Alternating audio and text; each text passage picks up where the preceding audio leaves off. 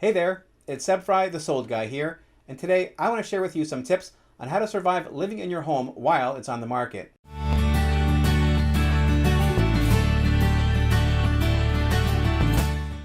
I've talked to a lot of people who have sold their house, and they tell me the same thing time and time again, which is the worst part of it was living in their home while it was being shown. And that's pretty easy to understand, really, because it's an awkward time. You're transitioning from when you own the house to when someone else owns the house. You're kind of in limbo, and it's just a not really comfortable place you can be. So if you can shorten that time period in any way and make it simpler, you're going to have a more rewarding, satisfying home selling experience. So let me share with you some of my tips on how to survive living in your home while it's on the market. Number one is to pack away all the stuff that you don't use on a day-to-day or a week-to-week basis. Clutter kills equity. If you have a lot of stuff in your house, people are going to be looking at your stuff and not the house. It's going to make your house feel cramped and not as open as it really is. So do yourself a favor and just pack all that stuff away. It's going to mean that you'll have less to worry about when people are over. Stuff won't get broken or damaged or misplaced or stolen or whatever. And it will just result in a faster, smoother sale experience for you. Number two is get rid of all the stuff that you haven't used in like a year. I don't mean pack it away, I mean get rid of it. Look, we all have stuff that's in our basement, in our attics, in our garage, in the back of our closets that we haven't seen in years and we don't even know what it is anymore. Unless it's like your old wedding dress or family photos or the family jewels or whatever, get rid of it. You don't really need that stuff in your life. I see so many people who they buy a new house and they move all their stuff from their old house only just to throw it away when they get to the new house, right? You don't want to pay money to have that stuff stored or moved when it's stuff that you don't really want at all. So just get rid of it and you'll feel a lot better for it. It'll be a lot easier for you to move when the time finally comes. Number three is you want to be really meticulous with how you keep your house. When a buyer comes over and they open the door, you want them to say, they want the house to feel clean, fresh, and inviting. They don't want to go, ugh, right? You need to have your house spick and span spotless all the time. And I know that's really hard to do. So if you find yourself unable to do that, my advice is to hire a maid service to come and once a week and give your house a thorough cleaning from top to bottom, because that will save you a lot of time on market and it will increase the money that you get when you finally close the sale of your house. Number four is probably more important than ever, and that is you need to have absolutely magnificent landscaping out in front of your house. So many buyers today, they see homes on the internet and they go and drive by, and if they don't like what they see from the curb, they won't come back for an open house, they won't make an appointment to see it, and they certainly won't write any offers on your house. Having great curb appeal is super, super important. So plan on spending at least an hour or two every week in front of your house, keeping up the landscaping and making sure it looks absolutely top notch.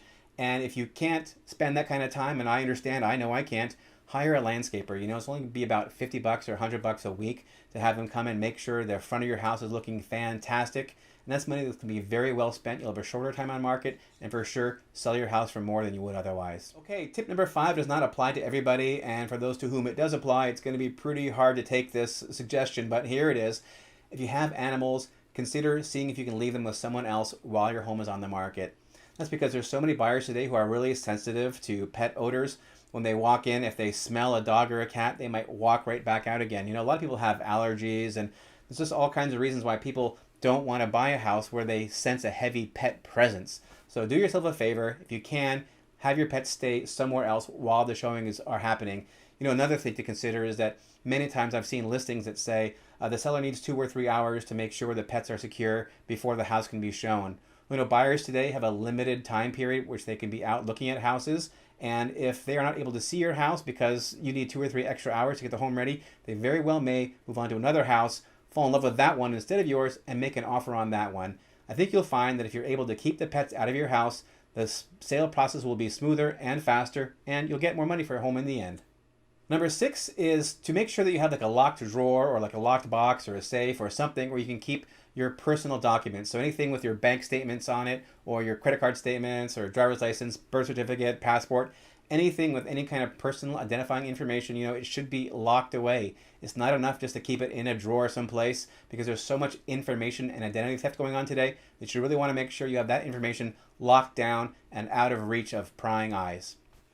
Tip number 7 is to plan on having a couple of times during the middle of the week, ideally during the evenings, when buyers' agents know they can come by with their buyers without an appointment.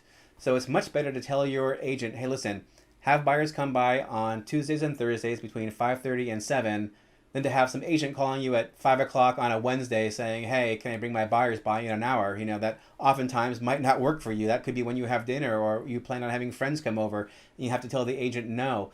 But if the agent knows that they can bring their buyers on Tuesdays or Thursdays between 5:30 and 7 without an appointment, that's when the showings will be concentrated and there'll be a lot less of an impact on your lifestyle if that's the way you handle a showing. So it's a good way to get more buyers in quickly and close the sale sooner.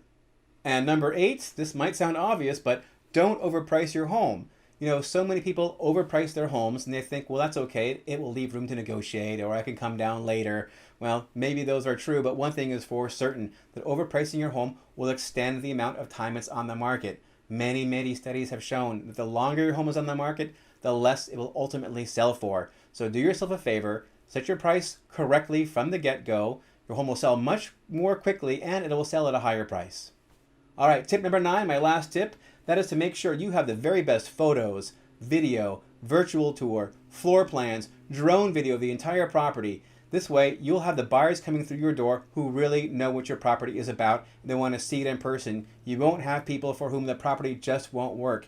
You'll have the best buyers for your property coming through in the shortest period of time because your home will look like the best home on the market for them, and that's what you want to get your home sold quickly and for the highest price possible. Hey, thanks so much for watching. As always, if you have any questions, please go ahead, drop me an email or give me a call. My number is here at the bottom of the screen. Thanks so much for watching. I'll see you again soon.